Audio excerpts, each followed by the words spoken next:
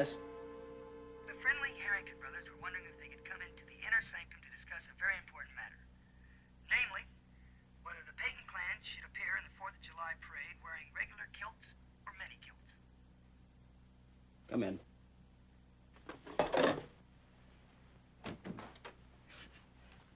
When are you going to grow up, Norman? Oh.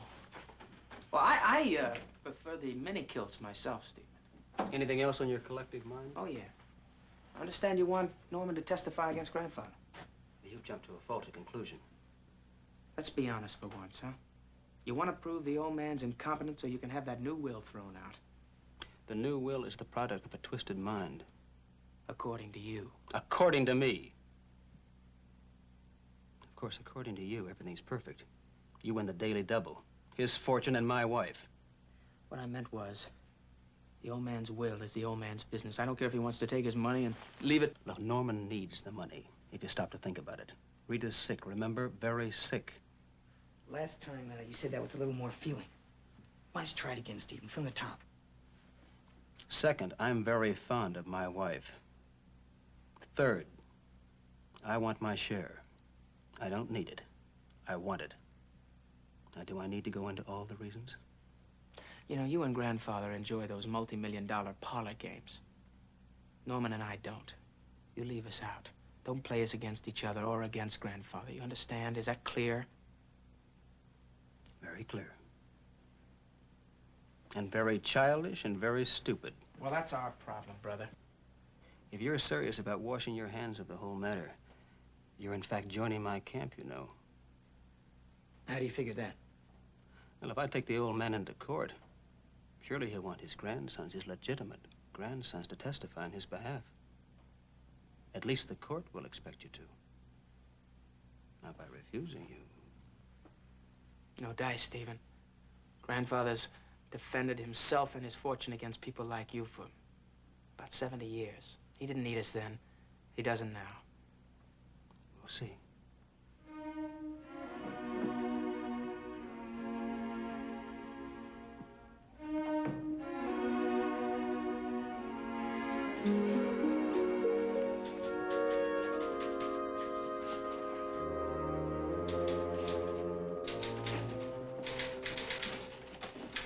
Sergeant. Well, Mr. Harrington. I just got a call from my loading dock foreman about one of his men, Chandler, Jack Chandler. Something about the girl that stays with the Elliott Carsons. Rachel Wells. She's back safe. Chandler's on the run. We'll find him. I hope so. These things are a source of embarrassment to the mill. We'll find him. Tell me something, Sergeant. What's your routine with the press? I mean, your day in and day out way of handling things? We can't keep anything out of the papers, Mr. Harrington.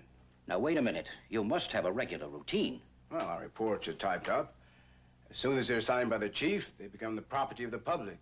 Well, what I mean is, do you or does any officer on duty go out of his way to call the papers? No. These so-called reports, they are available to be looked at. If the press doesn't care, this department doesn't care. Our job is law enforcement. Their job is telling the people about it, if they want to. Well, don't you think that the activities of a man like Jack Chandler could hurt an enormous number of hard-working people? No, sir, I don't. Well, I do. You'll have to admit. I don't have to admit anything, Mr. Harrington. You'll have to admit that the mill supports this town. It doesn't support me, or any of us who are trying to lay our hands on the Jack Chandler. You're pressuring me, Mr. Harrington. Don't do it.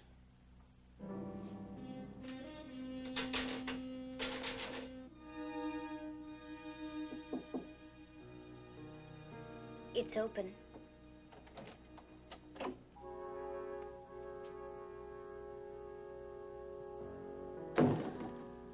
How do you feel? Tired. I'd like to talk to you, Rachel.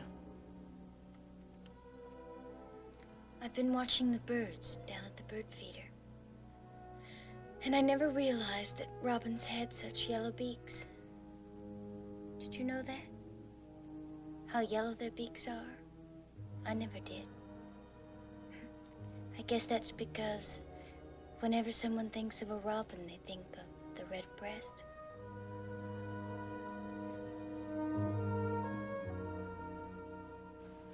Why is it so hard? What? To talk. I know it isn't pleasant, Rachel. But if Chandler did anything or said anything... I told you everything, just like it happened. It's wrong to withhold anything from the police that might help them locate him. Is that what that policeman said, that I lied? Not exactly. Yes, he did.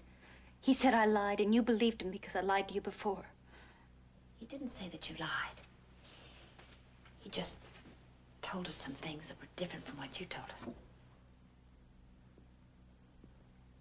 About last night? Yes. What did he say? He said there couldn't have been a train at that crossing. It hasn't been used in over 2 years. I didn't say there was a train.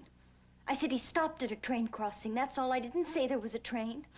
I don't know why he stopped. Maybe out of habit. I don't know. I just got out and ran. You don't believe me, do you? I want to. But you can't. Because of before.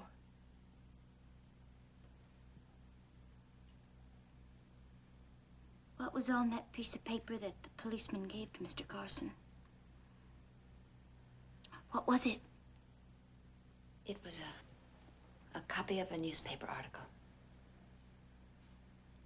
What about? A fire. And the police reported that the fire may have been started by the 8-year-old daughter of Mr. and Mrs. Wells. She was seen playing with matches earlier that day. I didn't start that fire. I played with matches, but they were out. They were all out. I know they were. My Aunt Lucy kept that clipping. She kept it in her Bible.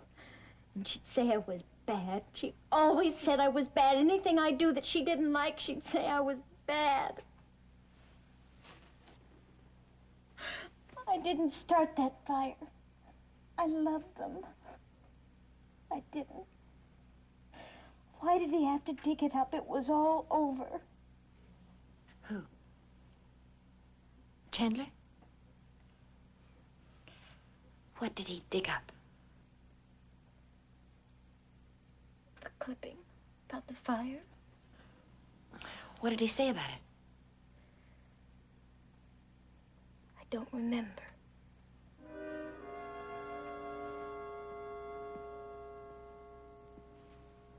I think you do. He just said he'd tell everyone and that you wouldn't want me to come back here anymore. We've seen it. Nobody's asked you to go away. What is it that you won't tell me about Chandler? That you've never told me? I've told you everything. Let's see, what have you told me? You've told me that on 3 separate occasions, Jack Chandler tried to force you against your will, and that on those 3 separate occasions, you managed to get away from him. That's true. And then, at your Aunt Lucy's funeral, after it, Jack Chandler tried to attack you, and you fought him off. I did. And then again, when Norman and Rita found you at the cabin, you said he'd attacked you and you'd fought him off again. Yes. And last night. That's true. It's all true. Rachel, Jack Chandler's a powerful man. He's strong. He's worked with his hands all his life. He's hard. He fought Elliot on even terms for 5 minutes. And now you're trying to tell me that you managed to hold him off on 3 separate occasions. Now, there's more to what's going on between you and Jack Chandler, isn't there? No. Oh, tell me, Rachel. Please tell me. There isn't anything else. Mrs. Carson. You think I lied to you about everything, don't you? What else can I think?